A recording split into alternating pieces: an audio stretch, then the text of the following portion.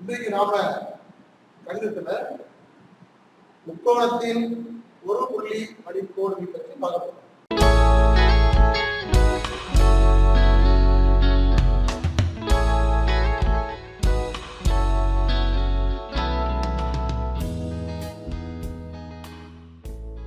இந்த டேபிள் என்ன ஷேப்ல இருக்குது? ட்ரையாங்கிள் ஷேப்ல இருக்கு. நிறைய ஹோட்டல்ஸ்ல எல்லாம் நான் பார்த்துருக்கோம். டேபிள்ஸோட கீழே உள்ள அந்த கால் லெக் வந்து எப்படி இருக்கும்? ஒரே ஒரு லெக் மட்டும் என்ன செய்யும் இருக்கும். இந்த ட்ரையாங்கிள் ஷேப், இந்த முக்கோண வடிவமான இந்த மேல் பாலத்தினுடைய அடிப்பகுதியில இந்த லெக் அவர் என்ன செய்யணும்? பொருத்தணும். எந்த இடத்துல பொருத்தணும்? சும்மா ஏதாவது ஒரு இடத்துல பொருத்தினா தெரியாதுமா? ஏதாவது ஒரு இடத்துல பொருத்தினா நல்ல ஸ்டெடியா நிற்குமா? மேல உள்ள பார்க்கணும், நிற்காது. அப்போ என்ன செய்யணும்?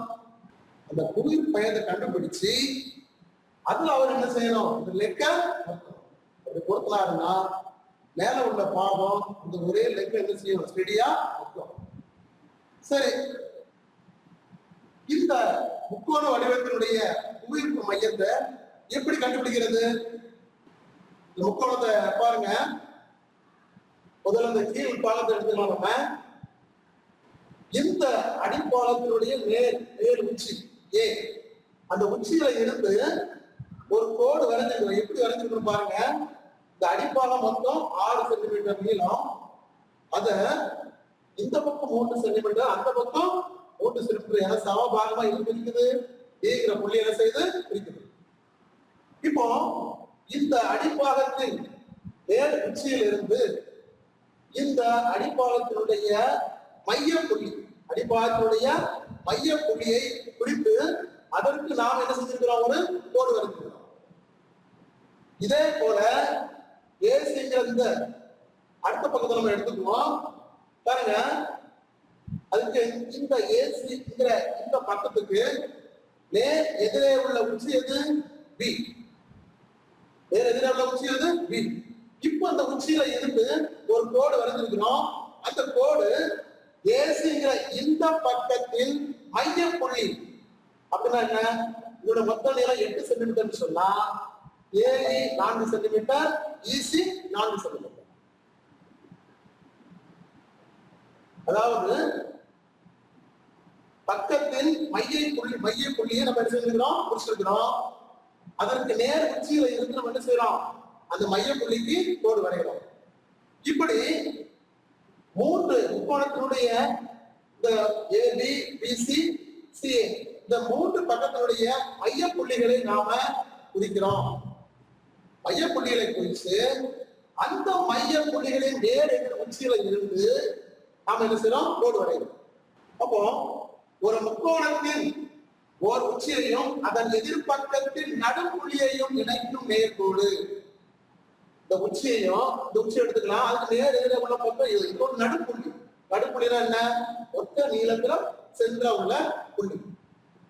மொத்தம் 6 சென்டிமீட்டர் சென்ற புள்ளி டி குறிக்குது. இந்த பக்கம் 3 சென்டிமீட்டர், இந்த பக்கம் 3 சென்டிமீட்டர்.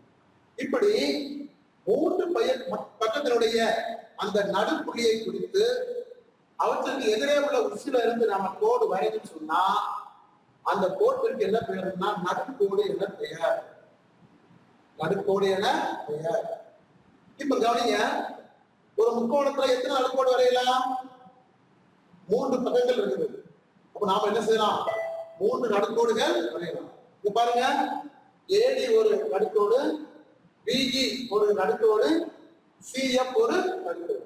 இந்த 3 நடுக்கோடுகளும் சந்திக்கிற புள்ளி எது? ஜி. 3 நடுக்கோடுகளும் சந்திக்கிற புள்ளி எது? ஜி. முதல்ல பார்த்தோம் இல்லையா? அந்த ட்ரையாங்கிள் ஷேப்பா உள்ள அந்த டேபிள்ல ஒரே ஒரு லெக் மூலமா என்ன செய்யணும்? நம்ம அதை நிலையா நிற்க வைக்கணும். அப்படின்னு சொன்னா அதனுடைய புவியீர்ப்பு மையத்துல என்ன செய்யணும்? அந்த லெக்க நம்ம கொடுக்கணும். இப்போ கவனிங்க, இந்த முக்கோண வடிவமான இந்த வடிவத்தினுடைய நடுக்கோடுகள் நம்ம வரைஞ்சோம். 3 நடுக்கோடுகளை வரைந்தோம். இந்த 3 நடுக்கோடுகளும் எந்த புள்ளியில சந்திக்குது? ஜிங்கிற புள்ளியில சந்திக்குது. இவ்வாறு ஒரு முக்கோணத்தினுடைய நடுக்கோடுகள் சந்திக்கிற புள்ளி அதாவது நடுக்கோட்டு மையம். அந்த நடுக்கோட்டு மையம் தான் இந்த முக்கோண வடிவத்தினுடைய புவியீர்ப்பு மையம். இதே போல அநேக பில்டிங் நம்ம பார்த்திருப்போம். கீழே ஒரே பில்லர் இருக்கும். ஒரே பில்லர்ல மேல எப்படி இருக்கும்? பெரிய ரூம்ஸ்ல என்ன செய்யும் இருக்கும். எப்படி இருக்குது? அந்த மேலே உள்ள அந்த பில்டிங்கினுடைய புவியீர்ப்பு மையத்தை கீழே உள்ள பில்லர் என்ன செய்யுது? தாங்கி பிடிக்குது. சென்டர் ஆஃப் கிராவிட்டி என்ன செய்யுது? தாங்கி பிடிக்குது.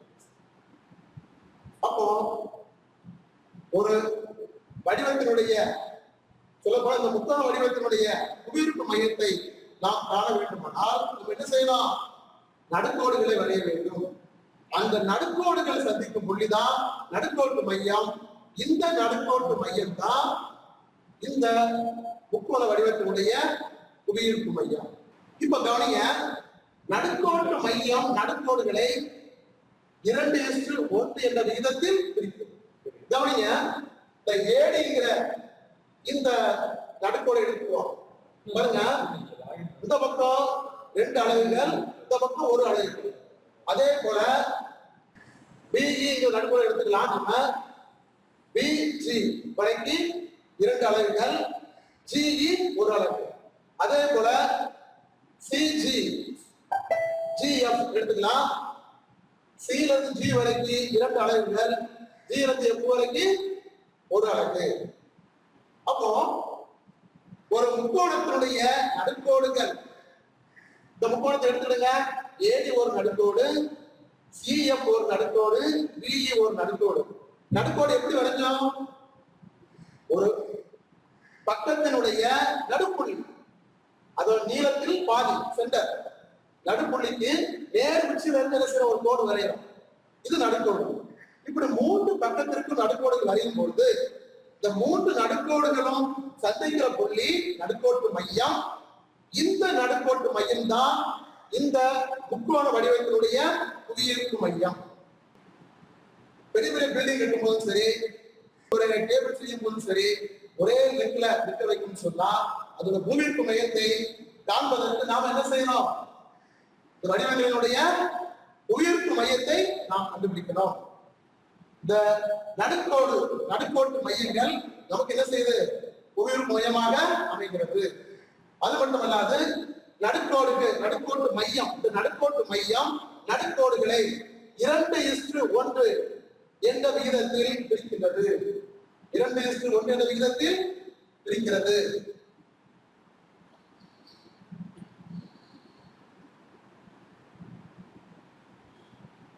நடுக்கோட்டு மையம் முக்கோணத்தின் புவியீர்ப்பு மையம் ஆகும். இதுதான் வடிவத்தினுடைய புவியீர்ப்பு மையம். அடுத்து கவனிங்க, ஒரு சமபக்க முக்கோணத்தை நம்ம எடுத்துருக்கோம். என்ன முக்கோணம்? சமபக்க முக்கோணம். சமபக்க முக்கோணம்னா என்ன? 3 பக்கங்களும் சமம், 3 பக்கங்களுக்கு எதிரே உள்ள கோணங்களும் சமம். இப்போ இந்த சமபக்க முக்கோணத்துல நாம நடுக்கோடு வரையும் பொழுது என்ன ஆகுது பாருங்க. இந்த ஏ என்ற புள்ளியில் உள்ள கோணத்தை 2 சமமாக பிரிக்கின்றது.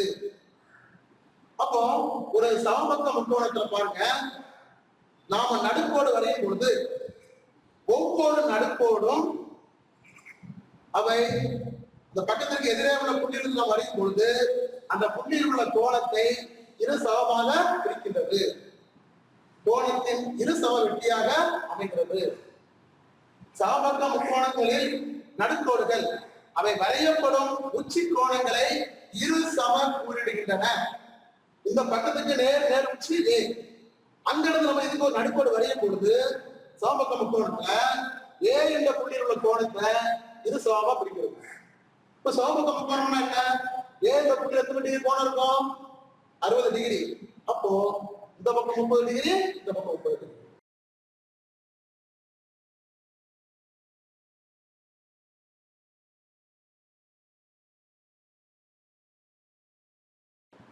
அதே போல பி என்ற புள்ளியில் உள்ள கோணமும் 60 டிகிரி.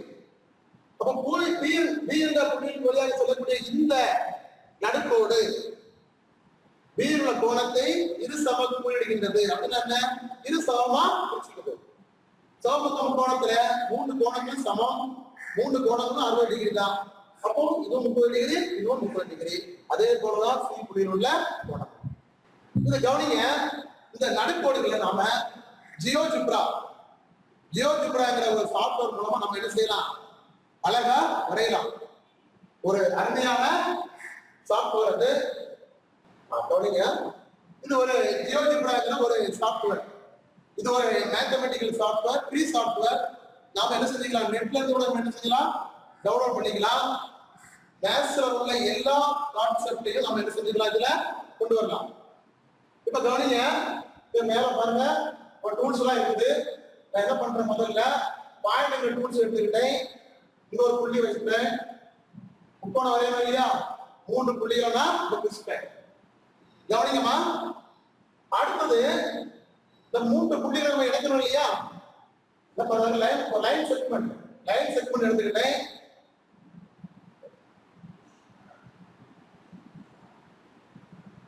இப்ப நமக்கு என்ன கிடைச்சிருக்கு, ஒரு அழகான முக்கோணம் கிடைச்சிருக்கு. இப்போ நாம என்ன செய்யணும், இதுக்கு நடுக்கோடு வரையணும். இந்த முக்கோணத்தினுடைய புவியீர்ப்பு மையத்தை கண்டுபிடிக்கணும் இல்லையா. இந்த முக்கோணம் சேர்த்து நம்ம ஒரு பில்டிங் மேல கட்ட போறோம்னா ஒரே பில்லர்ல கீழே வச்சு மேல பில்டிங் கட்டணும்னு சொன்னா அதனுடைய புவியீர்ப்பு மையத்தை நம்ம என்ன செய்யணும், அதுக்கு என்ன செய்யணும், நடுக்கோடு வரையணும். அப்போ நான் என்ன செய்யறேன், திரும்பவும் புள்ளி போறேன், பாயிண்ட் போறேன். இங்க மிட் பாயிண்ட் ஆர் சென்டர் அதை குறிச்சுக்கிட்டு இந்த லைன்ல எங்க கிளிக் பண்ணாலும் அந்த லைன்ல சென்டர்ல என்ன வந்துடும், புள்ளி வந்துடும். கவனிங்க, நான் இங்கதான் கிளிக் பண்றேன், ஆனா புள்ளி சென்டரா வந்துருச்சு. நான் செலக்ட் பண்ணது என்னது, மிட் பாயிண்ட் ஆஃப் சென்டர். இப்ப கவனிங்க, மைய புள்ளிய நடுக்கோடு வரையணும் இல்லையா. நடுக்கோடு வரைக்கும் என்ன செய்யணும், பக்கங்களின் மைய புள்ளியை குறிக்க வேண்டும். இப்போ இந்த பக்கத்து மைய புள்ளி E, இந்த பக்கத்து மைய புள்ளி F, இந்த பக்கத்து மைய புள்ளி D. இப்போ இந்த பக்கத்திற்கு நேர் மேலே உள்ள அந்த உச்சி சீயில் இருந்து இந்த ஈக்கு நான் என்ன செய்யணும், ஒரு நடுக்கோடு வரைய போறேன். எப்படி வரைகிறது, லைன் செக்மெண்ட் எடுத்துக்கிறேன், போட்டு கொண்டு எடுத்துக்கிறேன். பாருங்க, இது ஒரு நடுக்கோடு, இது ஒரு நடுக்கோடு. நடுக்கோடுனா என்ன, பக்கத்தின் மைய புள்ளிக்கு மேலே உள்ள உச்சியில் இருந்து வரையப்படக்கூடிய கோடு. இப்ப கவனிங்க, இந்த பக்கத்தை எடுத்துக்கிறேன், அது நேர் எதிர் உச்சி இங்க இருந்து என்ன செய்யறேன், இந்த மையத்துக்கு ஒரு கோடு வரையணும். அதே போல இந்த பக்கத்தை எடுத்துக்கிறேன், மைய புள்ளி தான் இருக்குது, அது எதிரே உள்ள உச்சியில் இருந்து இதுக்கும் ஒரு கோடு வரையணும். இப்ப கவனிங்க, இந்த முக்கோணத்தினுடைய நடுக்கோடுகளை நாம் வரைந்து விட்டோம். இந்த ஜியோஜிப்ரா சாஃப்ட்வேர்ல நம்ம என்ன செய்யலாம், மேத்தமேட்டிக்ஸ்ல உள்ள எல்லா கான்செப்டையும் நம்ம கொண்டு வரலாம். இப்போ கவனிங்க, இந்த 3 நடுக்கோடுகளும் சந்திக்கிற புள்ளி தான் என்னது, G. அதான் சென்டர் ஆஃப் கிராவிட்டி, புவியீர்ப்பு மையம். இதுதான் புவியீர்ப்பு மையம். நம்ம என்ன படிச்சோம், நடுக்கோட்டு மையமானது இந்த புவியீர்ப்பு மையம் தான் நடுக்கோட்டு மையம். இது இந்த நடுக்கோடுகளை என்ன விகிதத்தில் பிரிக்கிறது பார்த்தோம், 2:1. அது செக் பண்ணிடலாமா. கவனிங்க, கிளிக் பண்றேன், டிஸ்டன்ஸ் ஆர் லென்த் அதை கிளிக் பண்ணுவேன். இப்ப கவனிங்க, இந்த பாயிண்ட் எடுத்துக்கலாம். நான் இங்க இருந்து இது வரைக்கும் எடுக்கிறேன். லென்த் எவ்வளவு இருக்கு, 4.6. 4.6. இப்ப அடுத்து கவனிங்க, இங்க இருந்து நான் இங்க கொடுக்கிறேன் 2.3. 2.3 என்னது, ஒரு அலகு. 4.6 2 அலகு. அடுத்தது கவனிங்க, நான் இங்க இருந்து கொடுக்கிறேன் 4.9. இப்ப இங்க இருந்து கொடுக்கிறேன் 2.45. அதே போல இங்க கவனிங்க, இங்க இருந்து எவ்வளவு வருது, 3.48. இங்க இருந்து எவ்வளவு வருது, 1.74. அப்போ ஒரு முக்கோணத்தினுடைய நடுக்கோட்டு மையம், அதாவது புவியீர்ப்பு மையம், அந்த நடுக்கோடுகளை 2:1 என்ற விகிதத்தில் என்ன செய்து பிரிக்கிறதா பார்க்கிறோம். ஒரு இருசமபக்க முக்கோணத்தை நம்ம எடுத்துருக்கோம். இந்த இருசம முக்கோணத்தினுடைய கவனிங்க, இந்த இரு சம பக்கங்கள் ஏபிங்கிற பக்கமும் ஏசிங்கிற பக்கமும் சமமான பக்கங்கள். அவைகள் சந்திக்கும் அந்த உச்சியில இருந்து ஒரு நடுக்கோடு வரைகிறோம். வரையும் பொழுது அந்த நடுக்கோடு என்ன செய்யுதுன்னா ஏங்கிற புள்ளியில உள்ள கோணத்தை இரு சம கோணிடுகிறது. பாருங்க, இந்த கோணம் இந்த கோணமும் சமமா இருக்கும். அது மட்டும் இல்லாம அந்த வேக உச்சிக்கு நேர் கீழே உள்ள பக்கத்தை இரு சம கோணிடுகின்றது.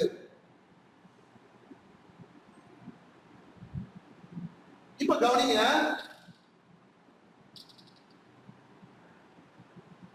இந்த நடுக்கோடுகள் ஒரு நடுக்கோடு எடுத்துக்கலாம். ஏ அது ஏ வரக்கூடிய அந்த நடுக்கோடு நம்ம எடுத்துக்கலாம். இந்த நடுக்கோடை மட்டும் எடுத்துக்குவோம். என்ன கிடைக்குது? 2 முக்கோணங்கள் கிடைக்குது. அப்ப இந்த நடுக்கோடு இந்த முக்கோணத்தை 2 சம முக்கோணமா என்ன செய்யுது? இருக்குது.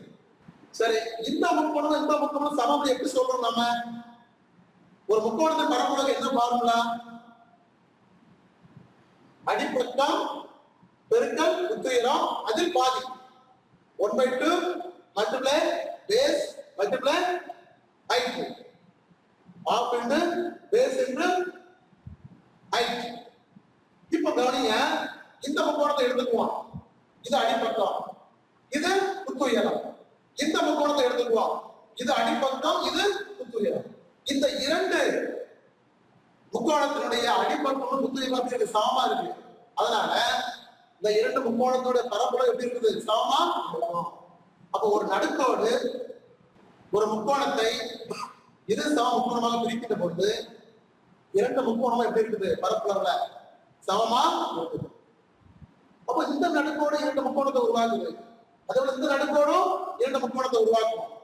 அதே போல இந்த நடுக்கோடும் 2 முக்கோணத்தை உருவாக்கும். மொத்தம் 3 நடுக்கோடுகளும் சேர்ந்து